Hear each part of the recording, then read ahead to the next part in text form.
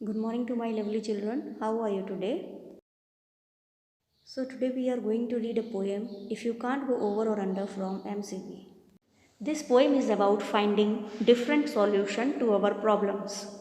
If one way does not work out, we should not waste our time worrying about it and should start looking for another way to achieve our goal. So, student, now we are going to read what is in this poem and what this give us a lesson. If you can't go over or under, अगर आप नीचे से नहीं जा सकते या ऊपर से नहीं जा सकते, then you may change the way. A baby mole got to feeling big and wanted to show how he could dig. A baby mole, जो चचुंदर होता है, जो बच्चा है उसका, वो उसको ऐसा लग रहा है, वो फील कर रहा है कि वो बहुत बड़ा हो गया है and wanted to show how he could dig, और वो दिखाना चाहता है कि वो कितना ज़्यादा बड़ा गड्ढा, कितना ज़्यादा से ज़्यादा वो खोद सकता है. So he plowed along in the soft warm dirt till he hit something hard and it surely hurt. So he plowed means cut through mud, means रास्ता बनाना, खोद रहा था मिट्टी में. जो मिट्टी थी वो सॉफ्ट थी, गर्म थी, और वो तब तक खोदता गया जब तक कि कोई हार्ड चीज़ नहीं आ गई और उससे उसको चोट नहीं लग गई. तब तक वो मिट्टी को खोदता रहा. A dozen stars flew out of his snout. He sat on his haunches, began to pout. जब कोई हार्ड चीज़ आई, कोई पत्थर वगैरह आ गया जब वहाँ पे मिट्टी के नीचे, तो जब उसकी वो जो आगे जो निकला रहता है ना, मोल के जो मुंह है उसके निकला हुआ, वो जब तक कि उस पत्थर पर टकराया, और अगर टकराएगा चोट लगेगी तो क्या होगा, सिर घूमेगा. तो जैसे कार्टून्स में दिखाते हैं कि चारों तरफ तारे आ जाते हैं ना, तो ऐसे दिखा रहे. A dozen star flew out on his snout, जो उसकी स्नाउट था, जिसका आगे जो निकला हुआ था, मुँह निकला हुआ था, उसके पास ऐसा लगा कि खूब सारे तारे आ गए हों, इकट्ठे हो गए हों. He sat on his haunches, और वो अपने पैरों पर बैठ जाता है. बिगन टू पाउट, पाउट बना के, चालू करके, मतलब पोटली बना के बैठ जाता है नीचे. Then rammed the thing again with his head. His grandpap picked him up half dead. Then rammed the thing again. Rammed means hit with great force, वो दोबारा से उसको मारने जाता है, लेकिन अब वो किससे मारता है, अपने हेड से, अपने सिर से मारना शुरू करता है. मारने जा रहा होता है जैसे ही, उसी टाइम हिज ग्रैंडपा, उसके ग्रैंडफादर आ जाते हैं. Picked him up half dead, उसको बचाने के लिए कि उसकी बॉडी जो है वो इतनी थक गई थी और वो अब सर से मारने जा रहा था, अपने सिर से मारने जा रहा था, अधमरा सा होने लगा था. तभी वो उसको रोकने आते हैं. यंग मैन, ही सेड, दो योर पेट इज बोन, माना कि जो तुम्हारा सिर है वो हड्डियों का बना है. You can't but your way through solid stone.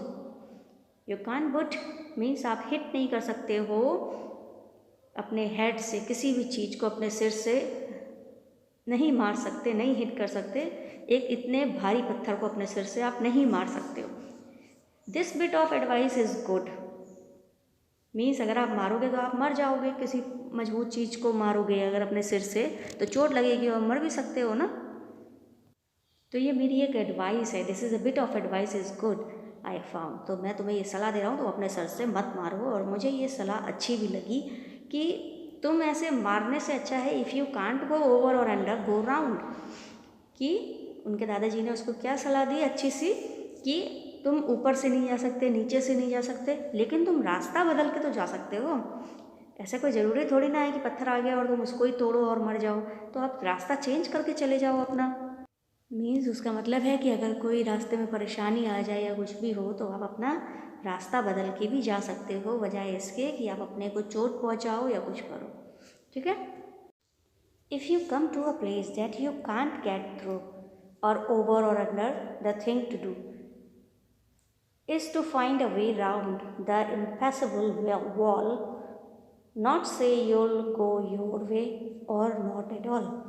अगर तुम किसी ऐसे रास्ते पे जाते हो जिससे तुम नहीं जा पाते हो, या उसके ऊपर से या नीचे से, या तुम्हारे हाथ में वो चीज़ नहीं होती है, is to find a way round the impossible ball. अगर तुम्हें कोई परेशानी हो रही हो, उधर से गुजरने में तुम्हारे सामने कोई परेशानी आ गई हो कि तुम उस चीज़ का समाधान नहीं कर पा रहे हो, नॉट से you will go your way और नॉट एट ऑल, तो तुम्हें बिल्कुल भी नहीं जाना चाहिए ऐसे रास्ते पर जिसके बारे में तुम नहीं जानते हो। You can always get to the place you are going.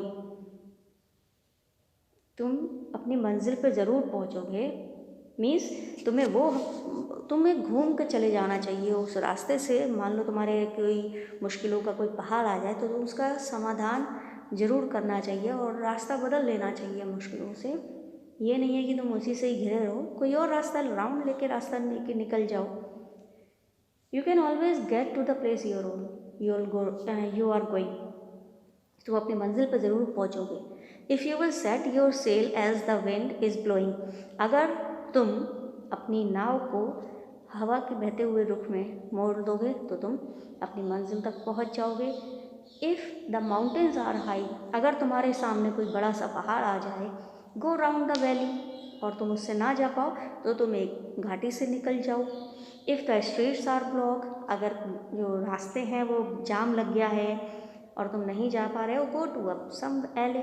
कोई छोटे से रास्ते से निकल जाओ।